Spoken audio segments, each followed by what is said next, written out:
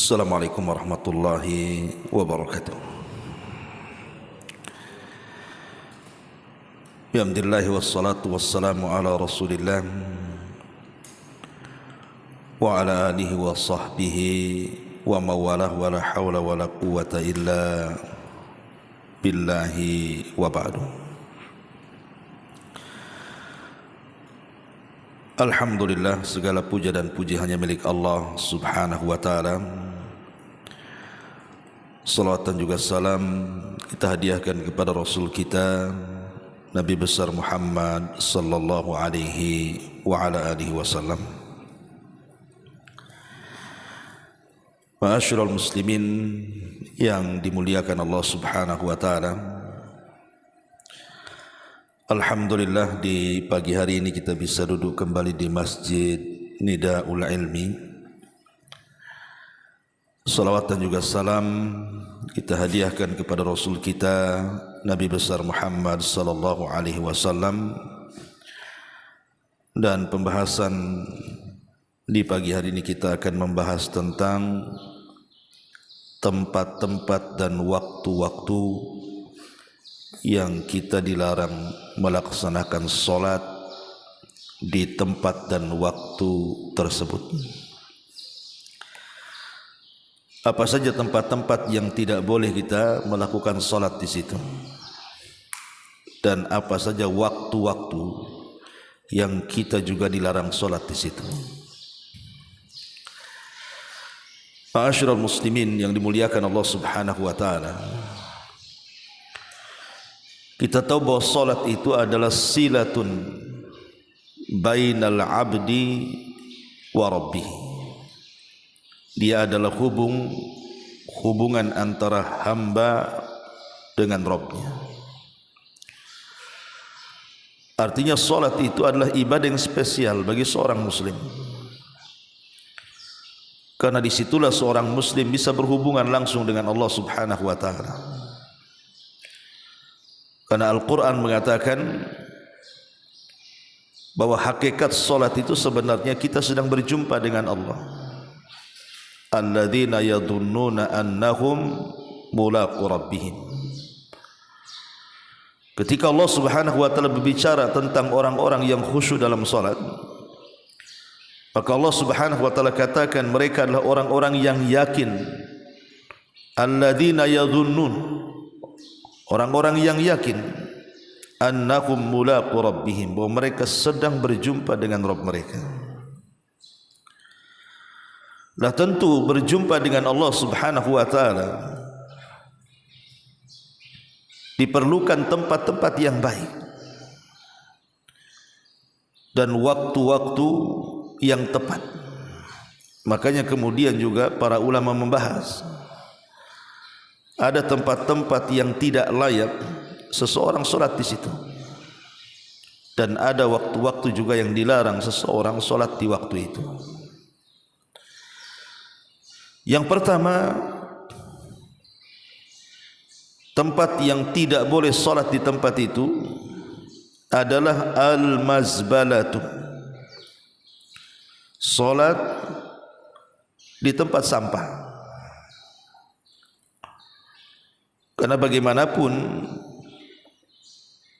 tempat sampah adalah tempat kotoran. Namanya ada pembuangan sampah, dan orang-orang tinggal di situ atau mungkin mengais rezeki dengan mengambil sisa-sisa sampah plastik dan yang semacamnya, kan banyak. Kalau datang waktu solat, kita tidak boleh solat di tempat sampah, tetapi solatlah di tempat bersih. Karena bagaimanapun tempat sampah itu adalah tempat seseorang melempar kotoran, dan kotoran itu terkadang ada najis juga di situ. Ma'asyiral muslimin yang dimuliakan Allah subhanahu wa ta'ala, ini yang pertama. Kemudian yang kedua, tidak boleh solat di tempat penjagalan hewan, tempat di mana hewan disembelih. Berarti tempat itu dikhususkan untuk penjagalan sapi ataupun kambing atau yang semacamnya unta. Karena secara otomatis kemudian di tempat itu pasti akan tertumpah darah-darah hewan yang disembelih ataupun kotoran-kotoran dari hewan yang dibersihkan setelah disembelih, dan itu tidak layak orang sholat di situ. Ini yang kedua. Yang ketiga, al-maqbaratu, di kuburan.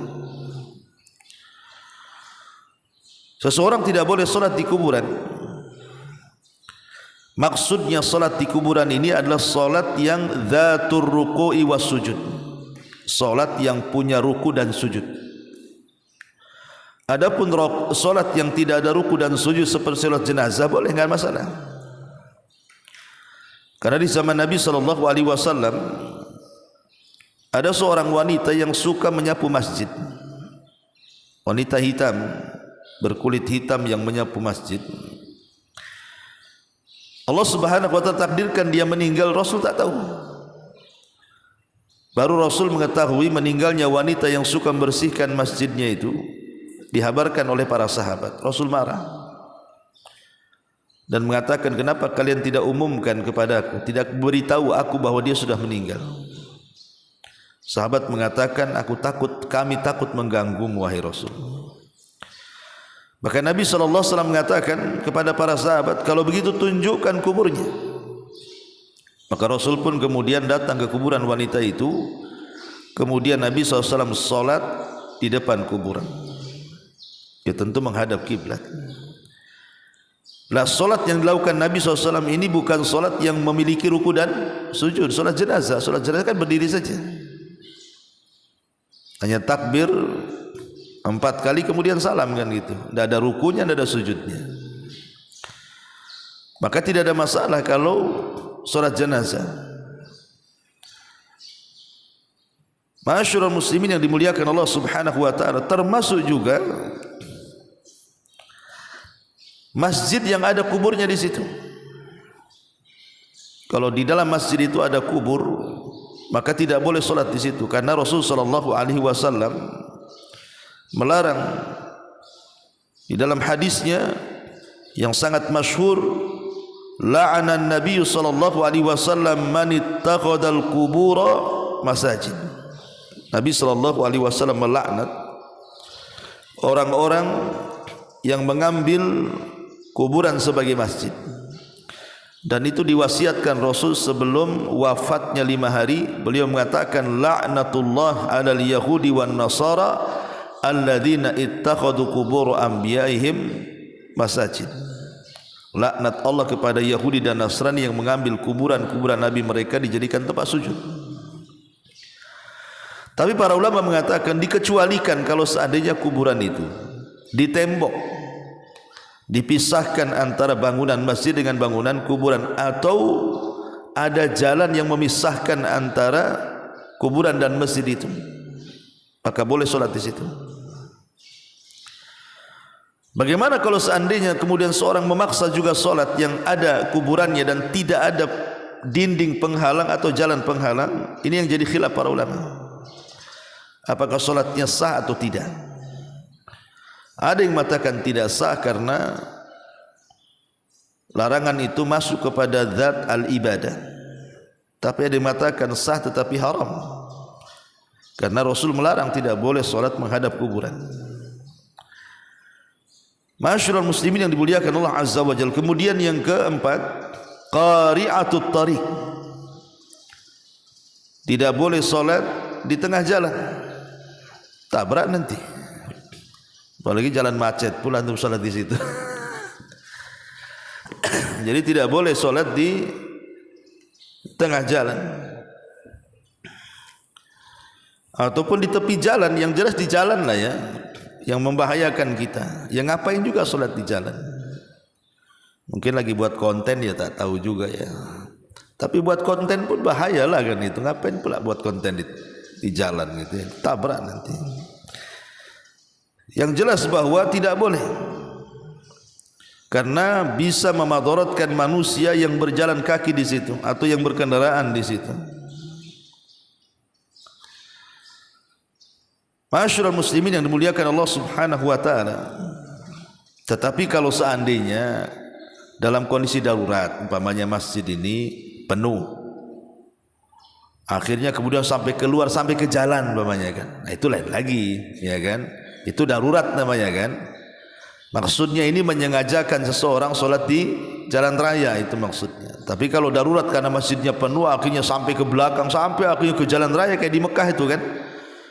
Antum yang pernah umrah di bulan Ramadan itu, jalan-jalan raya penuh orang sholat di situ.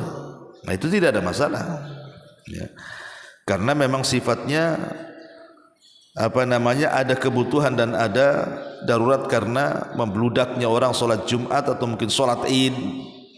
Sholat Id tidak ada masalah kalau memang sudah diamankan jalan itu. Bagaimana di sini tutup, sana tutup, jalan ke sana kan itu ya, kan tidak mengganggu namanya. Ini yang keempat. Yang kelima, al-hammam. Hammam itu kamar mandi. Tidak boleh seseorang sholat di kamar mandi kecuali karena darurat. Kata Syekhul Islam Ibn Taimiyah, kalau antum masuk kamar mandi kemudian terkunci, nggak bisa keluar. Anggaplah antum masuk kamar mandi jam 11. Nunggu buka, mungkin nggak tahu, mungkin kamar mandinya canggih, mungkin pakai kat atau apa gitu ya. Nggak bisa keluar karena terkunci. Sampai perkiraan anggap saja mungkin melewati asar. Berarti duhur, asar, lewat 2 sholat tuh. Baru umpamanya keluar jam 5. Berarti kan lewat 2 sholat tuh kita dari kamar mandi itu. Kata Syekhul Islam Ibn Taimiyah rahimahullahu ta'ala, sebaiknya kita sholat di kamar mandi itu. Kalau memang kondisinya seperti ini, terkunci di kamar mandi lewat 2 sholat. Alasannya kenapa? Karena meninggalkan kecuali afwan ya, kalau umpamanya tidak bisa dijamak, anggaplah asar dengan maghrib, umpamanya masuk jam 2 ke kamar mandi terkunci, kemudian malam baru dibuka, akan tidak mungkin dijamak tuh ya. Kalau seandainya keluarnya zuhur dengan asar bisa keluar kan, bisa dijamak kan, darurat kan itu. Tapi kalau kita berhadapan dengan sholat yang tidak bisa dijamak nih, asar dengan maghrib kan tidak bisa dijamak, kekunci jam 2 keluar jam 7, maka kata Syekhul Islam Ibn Taimiyah rahimahullah ta'ala wallahu alam, seingat saya dia mengatakan bahwa kita sholat di kamar mandi. Kenapa demikian? Karena ada kaidah yang mengatakan bahwa meninggalkan yang wajib itu lebih besar dosanya dibandingkan mengerjakan yang haram. Meninggalkan yang wajib itu lebih besar dosanya dibandingkan mengerjakan yang haram. Salat di kamar mandi itu haram hukumnya, karena itu tempat najis kan gitu ya, tempat orang buang hajat, buang najis, haram. Tapi kalau kita tidak salat lebih haram lagi, karena meninggalkan salat bisa kufur. Orang yang salat di kamar mandi paling tinggi hukumnya haram, tapi menyengajakan meninggalkan salat bisa kufur, kan dosanya lebih besar tuh ya. Makanya kaidahnya tarkul wajib asyad min irtikabil muharramat, bahwa meninggalkan yang wajib itu lebih besar dosanya dibandingkan mengerjakan yang haram. Wallahu a'lam. Kemudian yang nomor 6, mawatinul ibil, tempat bersarangnya unta di situ, tempat rumahnya unta. Maka ini berdasarkan hadis Nabi SAW, tidak boleh la tusallu fi marabidil ibil, tidak boleh salat di tempat atau kandang unta. Kenapa? Karena unta itu punya tabiat setan. Dia punya kecemburuan kalau tempatnya itu kita pakai. Kita bisa diseruduk sama unta di situ kan. Tapi kalau di kandang kambing tidak ada masalah, karena kambing tidak akan mengganggu kita. Tapi kalau unta jangan, karena dia punya tabiat setan dia. Dan bahaya, antum disepak unta bisa mati tuh. Apalagi untanya besar pula kan. Ini yang ke-6. Yang ke-7, fauqa dhahri baitillah, ataupun di atas atap masjid ngapain juga sholat di atas atap masjid kan? Bahayakan aja. Atau di atap rumah, pokoknya di atap-atap lah tidak boleh. Kemudian yang nomor 8, al-ardul maghsubah, di tanah yang tidak berizin. Ini tanah orang, kita sholat pula di tanah orang dan tidak ada izinnya.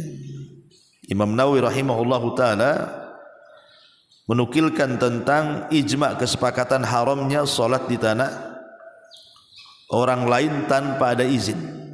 Izin dulu, ya. Ini di antara 8 tempat sebaiknya hindari tempat-tempat ini untuk melaksanakan sholat.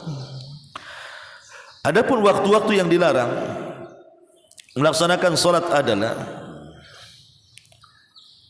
disebutkan dalam sebuah hadis, dalam sebuah riwayat, Nabi SAW melarang di beberapa waktu orang itu melaksanakan sholat. Disebutkan dalam hadis Uqbah bin Amir radhiyallahu anhu, dia berkata, "Thalathu sa'atin nahana Rasulullah sallallahu alaihi wasallam an nusalliya fihinna wa an naqbura fihinna mautana hina tatlu asy-syams bazighatan hatta tartafi'a wa hina yaqumu qa'imal dhahirati wa hina tadifu asy-syamsu lil ghurubi hatta taghruba."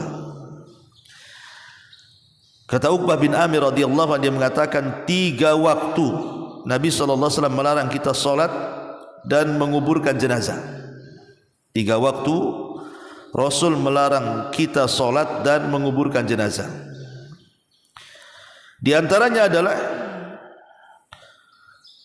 ketika matahari mulai terbit sampai matahari naik. Ini yang pertama. Yang kedua, ketika matahari berada di tengah-tengah langit, artinya ketika panas-panasnya terik matahari di atas kepala, waktu zuhur kan. Dan ketika matahari akan tenggelam sampai betul-betul dia tenggelam. Di sini pendalilannya adalah yang pertama, seseorang tidak boleh solat ketika baru saja terbit matahari. Kenapa? Karena terbitnya matahari adalah tanduk daripada tanduk-tanduk setan. Di mana ketika terbit matahari itu orang-orang para penyembah matahari sedang menyembah. Disebut tanduk setan, kata Rasul. Kan lihat orang-orang yang di luar agama kita, kadang-kadang ketika matahari terbit diambil lidi, kemudian lidi itu diarahkan ke matahari kan. Mereka sedang menyembah matahari. Maka ketika mereka sedang menyembah matahari, jangan pula kita ikut menyembah di waktu yang sama. Biarkan matahari meninggi dulu 1 tombak, baru kemudian kita boleh melaksanakan syuruk. Jangan ketika terbit langsung syuruk, nggak boleh. Biarkan terbit dulu, meninggi sedikit dulu, baru kemudian kita melaksanakan sholat syuruk atau duha. Karena di situ ada tanduk setan. Ya. Ini yang pertama. Yang kedua, ketika matahari di atas kepala. Ketika matahari di atas kepala maksudnya di siang hari, sampai matahari tergelincir ke arah barat sedikit. Karena terik-teriknya matahari di atas kepala itu termasuk dari hembusan panasnya neraka jahanam. Di situ ada hembusan dari neraka jahanam. Ya. Makanya kemudian kata Rasul, abridu, dinginkan. Dinginkan itu maksudnya biarkan matahari itu tergelincir dulu ke arah barat sampai ada bayangan. Karena kalau sudah tergelincir ke arah barat kan sudah dingin tuh. Kemudian juga yang ketiga, ketika terbenam betul-betul matahari sampai kemudian terbenam, hendak terbenam sampai terbenam. Ini juga termasuk tanduk setan. Dilarang kita ini melaksanakan solat di tempat seperti itu, di waktu itu. Ma'asyiral muslimin yang dimuliakan Allah Subhanahu wa taala. Tetapi para ulama mengatakan dikecualikan beberapa solat, boleh solat di situ. Jadi tidak semua solat tidak boleh gitu ya. Ada solat-solat itu yang dikecualikan boleh dilakukan di waktu-waktu larangan. Seperti apa? Solat yang memiliki zatul asbab. Solat-solat yang memiliki sebab itu dibolehkan seseorang itu solat di situ, walaupun dikhilaf juga. Ada yang mengatakan haram secara mutlak, ada yang mengatakan boleh secara mutlak. Tapi jumhur ulama mengatakan boleh seseorang itu solat di waktu-waktu larangan kalau solat itu zatul asbab, mempunyai sebab. Contoh mamanya memiliki sebab itu seperti seseorang mengqadha solat wajib yang ketinggalan karena tidur. Antum tidur jam 3 malam, bangun pas terbit pula matahari. Nah, itu kan antum harus solat kan?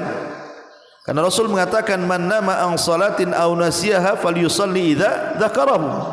Kalau orang itu tertidur ataupun lupa, maka solatlah ketika ingat dan ketika terbangunnya. Itulah waktunya. Ketika itu matahari pula baru terbit, solat karena ada sebab di sini. Ya. Atau mamanya solat jenazah karena sebab kematian kan? Solat kusyuk karena sebab gerhana. Solat wudu karena sebab wudu, tahiyatul masjid karena sebab masuk ke dalam masjid, solat tawaf karena sebab tawaf. Nah, itu kalau punya sebab-sebab seperti ini, maka ulama mengatakan la yukrah, tidak dimakruhkan. La tukrahus salatu allati laha sababun, tidak dimakruhkan solat yang punya sebab. Ma'asyiral muslimin wal muslimat rahimani wa rahimakumullah. Ini yang pertama. Jadi solat-solat yang memiliki zatul asbab, maka ulama membolehkan. Kemudian yang kedua, solat Jumat. Solat Jumat dibolehkan walaupun matahari di atas kepala. Khusus solat Jumat itu tidak perlu menunggu harus zawal, tergelincir ke arah barat, tidak perlu. Karena dikecualikan solat Jumat itu boleh diawalkan. Walaupun matahari di atas kepala, kata para ulama dibolehkan. Dan ini khusus ya solat Jumat diawalkan. Kemudian juga yang ketiga, solat di Masjidil Haram Mekah. Itu tidak dilarang secara mutlak kapanpun, jam berapapun, mau waktu larangan, mau waktu tidak larangan. Pokoknya di Mekah ini dibolehkan semua waktu untuk melaksanakan solat. Jadi ini pengecualian tiga perkara ini kan. Solat yang memiliki sebab boleh dilakukan di waktu-waktu larangan. Yang kedua solat Jumat. Dan yang ketiga solat di Masjidil Haram. Itu tidak dibatasi waktu. Ya, boleh kapanpun tawaf di situ, boleh kapanpun solat di situ. Inilah diantara tempat-tempat dan juga waktu-waktu seseorang dilarang solat di situ. Wallahu a'lam bishawab.